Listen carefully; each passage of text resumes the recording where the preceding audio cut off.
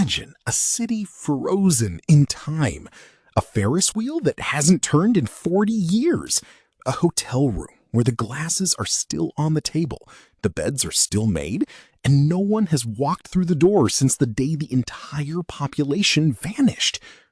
Now, imagine thousands of those rooms, whole neighborhoods, whole towns, countries even. Scattered across every continent on Earth, there are places that were once full of life. Factories, resorts, mining towns, entire cities that are now completely empty. Not destroyed, not demolished, just abandoned. And here's the thing that most people don't realize.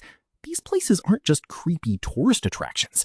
Every single one of them tells a story about how civilizations rise, how they fall, and what we leave behind when we go. This is a journey through the most incredible abandoned places on Earth, and the reasons they were left behind might surprise you. Let's start with a place that looks like a warship rising from the sea. Off the coast of Japan, about 15 kilometers from Nagasaki, sits a concrete fortress called Hashima Island. When you see it from a distance, it looks like a battleship, which is why it earned the nickname Gunkanjima, or Battleship Island. But this wasn't a military installation. It was a coal mining complex, and at its peak in the 1950s, it was the most densely populated place on Earth. Over 5,000 people lived on this tiny island, packed into towering concrete apartment blocks that were considered state-of-the-art for their time. There were schools, hospitals, cinemas, a rooftop playground for the children. It was a self-contained city on a rock smaller than a football stadium. But then the world changed. Japan shifted from coal to oil as its primary energy source. The mines became uneconomical, and in 1974, the company shut everything down. The last residents left on a single ferry, and that was it. Today, Hashima Island is a UNESCO World Heritage Site. You can visit on guided tours, but you can't go inside most of the buildings. They're too dangerous. 40 years of typhoons and salt spray have turned the concrete brittle. The city is slowly crumbling back into the sea. Now, let's travel from the Pacific to the Namib Desert. Kolmanskop in Namibia was a diamond mining town built in the early 1900s by German colonists, and it wasn't just functional, it was opulent. There was a casino, an ice factory, a bowling alley, a theater. In the middle of one of the most hostile deserts on Earth, they built a little slice of European luxury.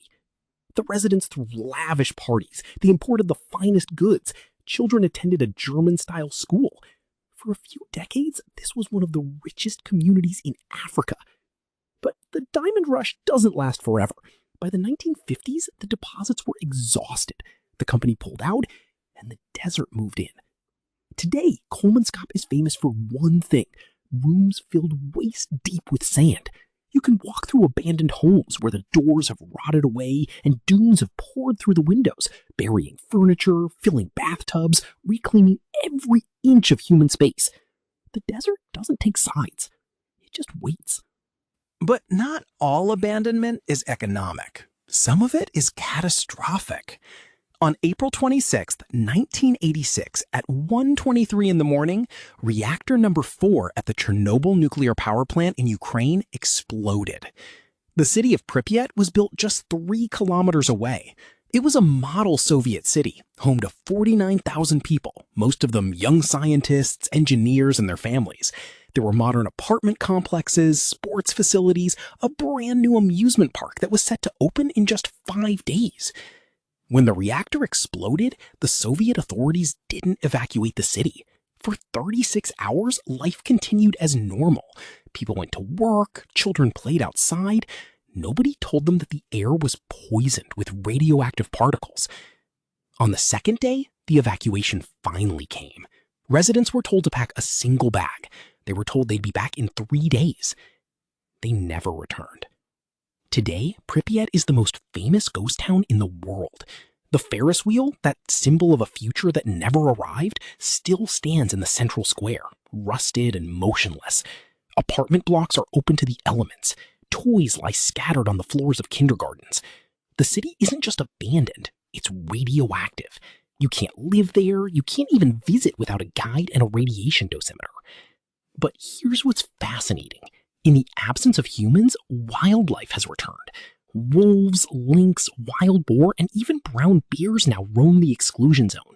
It's become one of Europe's largest accidental nature reserves. The irony is stark. The place we poisoned has become a sanctuary for the natural world. Now, let's go to another ecological disaster. This one's slower, but just as devastating. Moynaq in Uzbekistan was once a thriving port city on the southern shore of the Aral Sea, the fourth largest lake in the world. Tens of thousands of people worked in the fishing industry. The canning factories ran around the clock. Ships filled the harbor. In the 1960s, the Soviet government decided to divert the rivers that fed the Aral Sea to irrigate cotton fields in the desert. It seemed like a good idea at the time. Within 40 years, the Aral Sea had shrunk by over 90%. The shoreline receded by more than 100 kilometers. The harbor of Moynaq was left stranded in the middle of a new desert, the Aral Desert, which literally didn't exist 50 years ago. Today, the harbor is a ship graveyard. Rusted trawlers sit half buried in the sand, their hulls baking under a Central Asian sun. The fishing industry is dead. The local population suffers from toxic dust storms. The dry seabed is laced with agricultural pesticides and heavy metals. And the infant mortality rate in the region is among the highest in the world. We did this, not nature. Us. Sometimes the enemy isn't economics or radiation. Sometimes it's literally the ground beneath your feet. In southern Italy, perched on a dramatic ridge overlooking the Cavone River Valley, sits the medieval hill town of Craco. It had been continuously inhabited since the 8th century. For over 1,000 years, people lived on that ridge. The town managed this by using an ancient system of cisterns and rainwater collection that carefully controlled how water moved through the clay soil beneath the foundations. It worked for a millennium. Then, in the mid-20th century, the local government decided to modernize. They replaced the old cisterns with a centralized water system, complete with high-pressure metal pipes. Those pipes leaked. And over time, the water seeped into the deep clay layers, lubricating the ground, turning stable soil into a slow-moving disaster. In 1963, a massive landslide tore through the town. Buildings cracked, streets shifted. The entire hillside began to move. The government declared Craco uninhabitable. The remaining 1,800 residents were relocated to a new town in the valley below called Craco-Peschiera. Today, the original Craco is a spectacular stone shell. Roofs are gone. Windows are empty. The streets are too dangerous to walk without a hard hat. But it's one of Italy's most haunting sights. A 1,000-year-old town destroyed not by war or earthquake, but by a plumbing upgrade. Not all abandoned places were deserted by economics or nature. Some were made empty by politics. In Cyprus, there's a district called Varosha. Before 1974, it was one of the most glamorous beach resorts in the Mediterranean. Celebrities vacationed there. The hotels were modern, the beaches were pristine, and the future looked bright. Then, in the summer of 1974, war broke out between Greek and Turkish Cypriots. The Greek Cypriot residents of Varosha fled, expecting to return in a matter of days.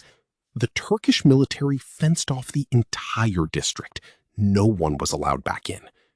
For 46 years, Varosha sat completely untouched. Hotels crumbled, car dealerships rotted, the paint faded, the streets filled with weeds. It became a time capsule of 1974, a place where the calendar stopped mid-season.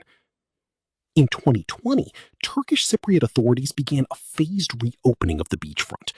Today, you can visit parts of Varosha, walking down designated pathways past crumbling Art Deco buildings. But the vast majority of the district is still sealed off. Warning signs and barbed wire mark the boundary. And here's the complication. The original Greek Cypriot owners still want their property back. The United Nations has passed resolutions calling for Varosha to be returned to its rightful inhabitants. But with each year that passes, the buildings decay further, and a political solution seems more distant. Varosha isn't just a ghost town, it's an active geopolitical weapon. Perhaps the strangest abandoned place on Earth is Pyramiden on the Norwegian archipelago of Svalbard, deep inside the Arctic Circle. This was a Soviet coal mining settlement built to showcase the power of the communist system to the capitalist world. At its peak in the 1980s, Pyramiden housed over 1,000 people. There was a cultural center, a sports complex, a saltwater swimming pool, a greenhouse where they grew fresh vegetables in the Arctic winter. It was luxurious by Soviet standards.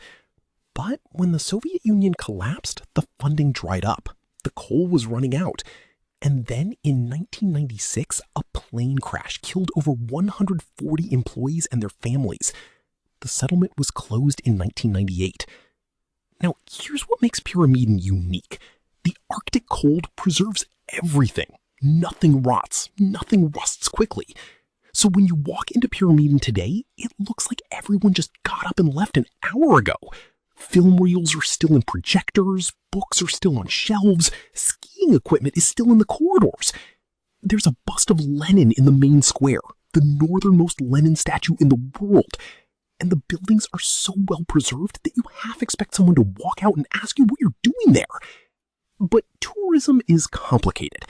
After the Russian invasion of Ukraine in 2022, Norwegian authorities cut ties with the Russian state-owned company that runs Pyramiden.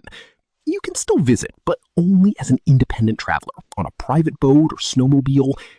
The Cold War is over, but the Arctic is still frozen by geopolitics. Some places aren't abandoned by accident. They're preserved deliberately as monuments. On June 10, 1944, 4 days after D-Day, a detachment of the Nazi Waffen-SS surrounded the peaceful French village of Oradour-sur-Glane. They rounded up every inhabitant. The men were taken to barns and machine-gunned. The women and children were locked inside the church, which was then set on fire with explosives. In total, 642 people were murdered. Only a handful survived by playing dead. After the war, French President Charles de Gaulle made a decision. The village would not be rebuilt. It would remain exactly as the Nazis left it. Charred cars on the streets, rusted bicycles against walls, the melted frame of a pram, the church, still standing, but gutted. Today, visitors walk through the ruins for free. Strict rules are enforced. No bikes, no pets, no loud behavior. It's not a tourist attraction in the usual sense. It's a sacred space. Oradour-sur-Glane is a reminder that not every abandoned place is haunted by ghosts. Some are haunted by history. So what do we learn from all of this? That abandoned places are not anomalies. They are the natural result of change. Economies shift. Technologies become obsolete. Wars are fought. Treaties are signed. The climate transforms. And what we leave behind, the concrete, the steel, the cities we built, becomes part of the landscape. Some of these places will be preserved as warnings. Some will be consumed by nature. Some will be fought over for generations. And some will simply crumble until no trace remains. The historian will tell you that ruins are lessons. The philosopher will say they're mirrors. But standing in a place where people once lived, worked, loved, and lost, you feel something simpler, the weight of time.